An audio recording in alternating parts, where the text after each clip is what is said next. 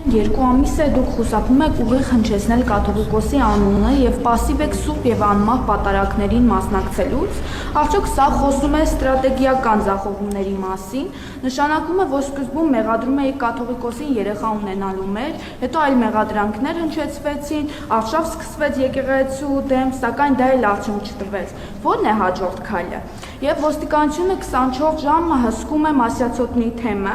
փաստորեն ոստիկանությունը հսկում է միայն Արման Սարոյանին, այն մարդիկ, ովքեր մտնում են Մասյացոտնի թեմ, եկեղեցու տարածք, նրանց անվտանգությունը չի հսկվում եւ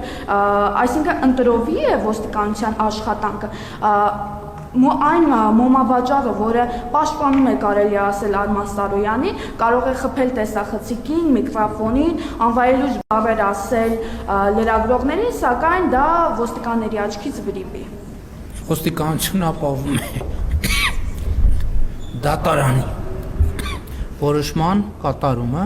ինչ վերաբերում է այն պասիվությանը, որտեղ եք տեսել պասիվությունը, այսինքն ինչ նշանակում պասիվ են պատարակների ժամանակ։ Եվ երկրորդը կտրիչ ներսանին, ես կաթողիկոս շատ վաղուց չեմ համարում, այնպես որ ոչ մի նորություն չկա։